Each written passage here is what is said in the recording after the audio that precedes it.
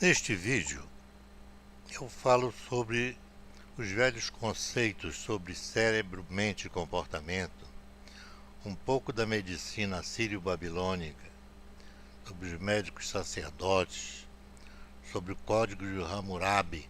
O Código de Hammurabi é a primeira tentativa de organizar a lei, né?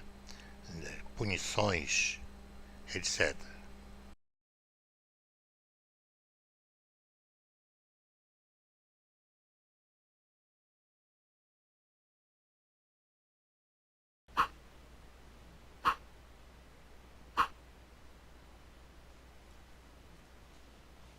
Vamos iniciar o nosso treinamento vendo alguns aspectos e costumes dos povos antigos. No início da história humana, não eram conhecidas as relações íntimas entre cérebro, mente e comportamento. Acreditava-se que havia uma alma ou espírito que se localizava dentro do corpo, mas não se sabia de onde vinham os sentimentos, princípios, valores, emoções e o que gerava o comportamento. Estas questões eram da alçada dos sacerdotes, magos, adivinhos, bruxos e charlatães. A história da humanidade acontece por ciclos e se transforma com o tempo. A longa história das ciências do comportamento se perde nos séculos e se confunde com o misticismo e com a religião. Vem desde as práticas rituais do homem primitivo até os dias de hoje. Nenhuma religião será capaz de operar com precisão para o esclarecimento dos fenômenos naturais. Nenhuma ciência será capaz de desvendar os caminhos espirituais. O homem sempre sentirá necessidade de satisfazer sua curiosidade e de expressar sua religiosidade. A execução dessas práticas sobre o comportamento passou para o campo da medicina por volta do século XVI, quando se iniciou a era científica.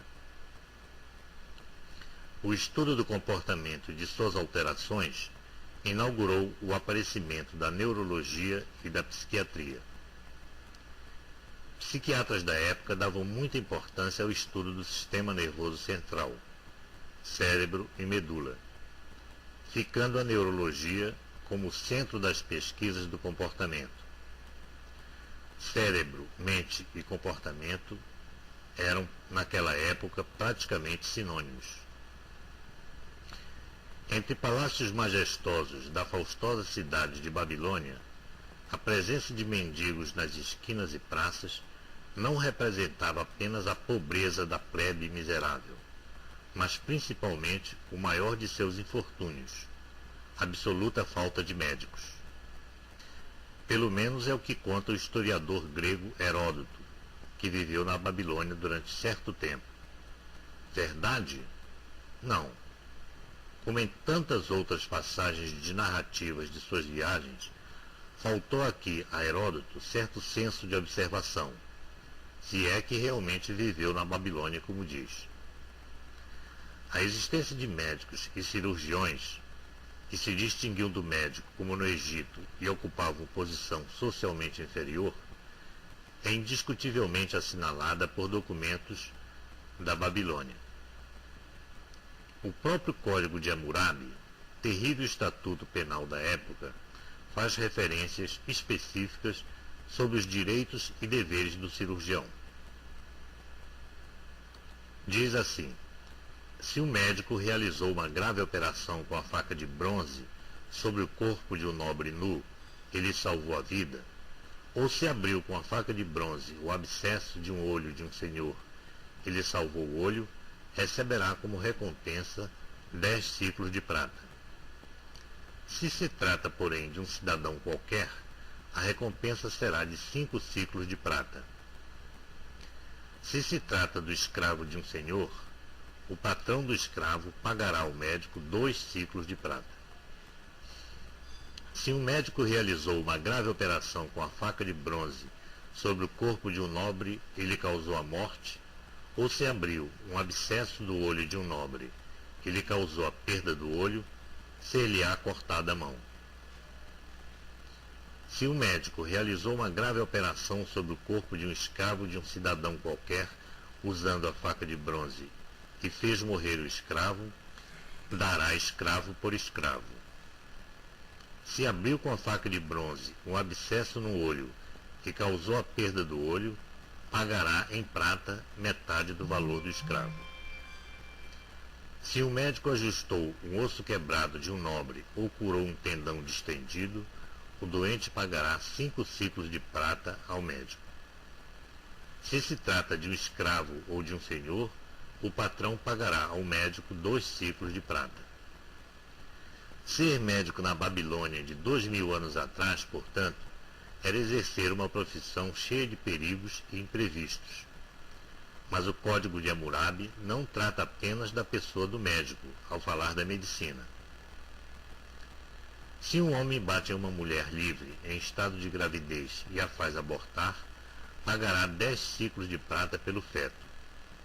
Se a mulher morrer, se dará morte à filha do agressor.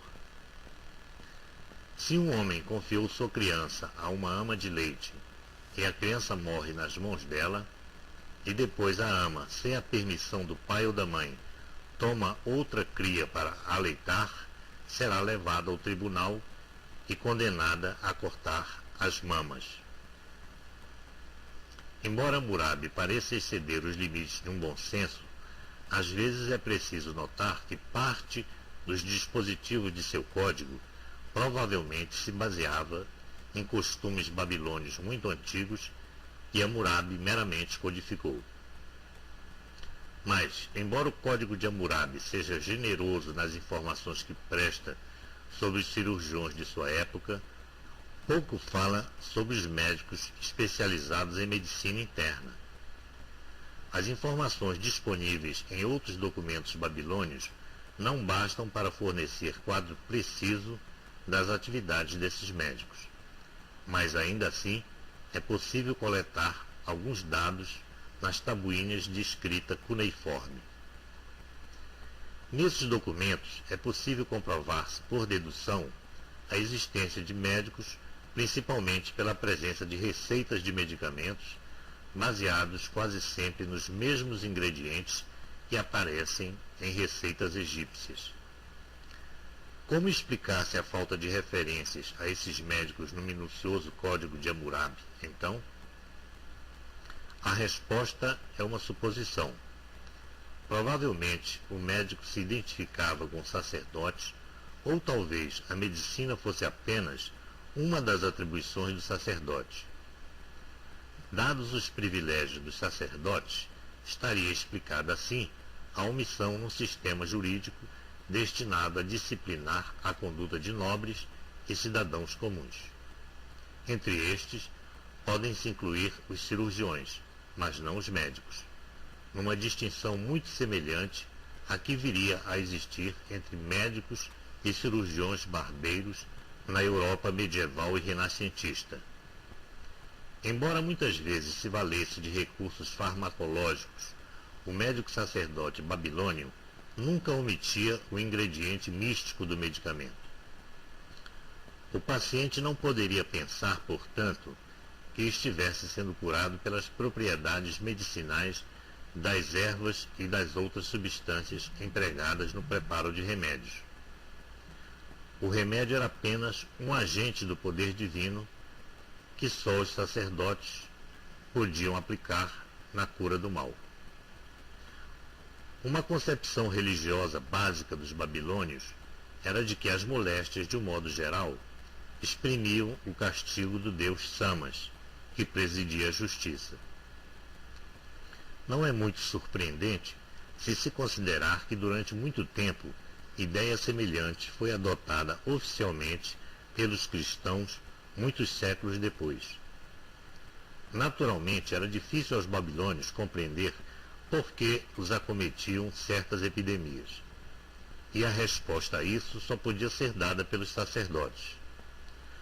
Para saber do que se tratava e qual o Deus a que particularmente se deveriam dirigir as preces e os sacrifícios, os sacerdotes examinavam as vísceras de animais sacrificados, especialmente o fígado.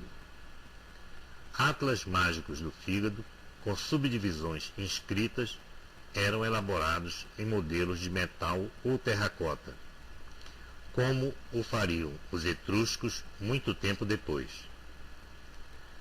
Naturalmente, nem sempre terminava nesse diagnóstico a intervenção do sacerdote médico. Certos casos podiam ser tratados com medicamentos empíricos. As tabuinhas babilônicas citam pelo menos 250 ervas de propriedades medicinais, além de umas 120 substâncias minerais capazes de curar certas enfermidades. Tudo isso era ministrado na forma de infusões, cataplasmas, linimentos, inalações ou cristéis.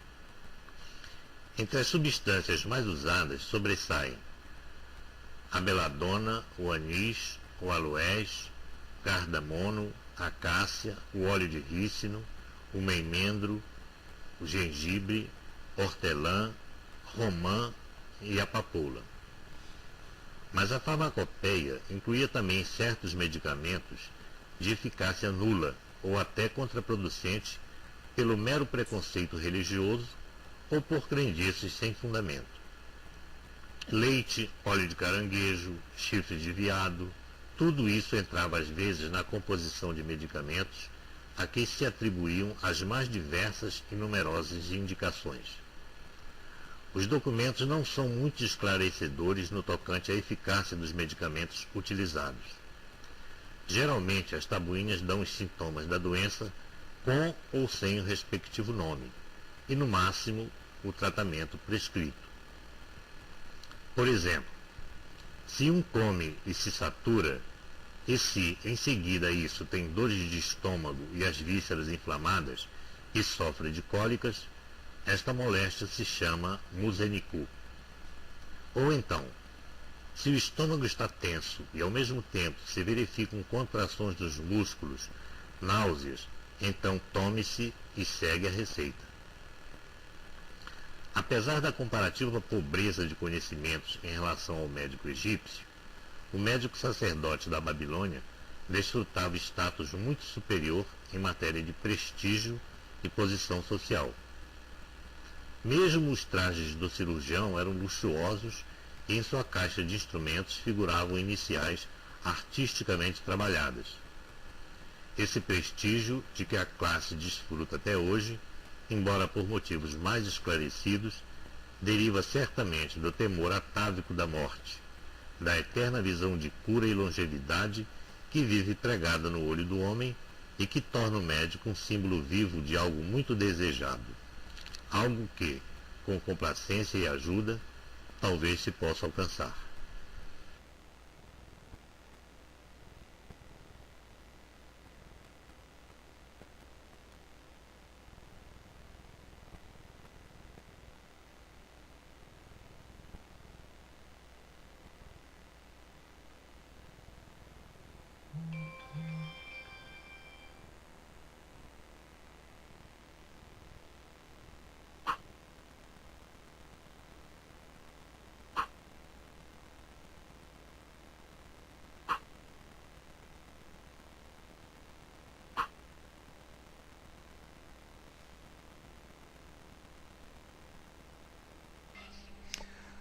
No próximo vídeo falaremos sobre comportamento e doença. Até lá!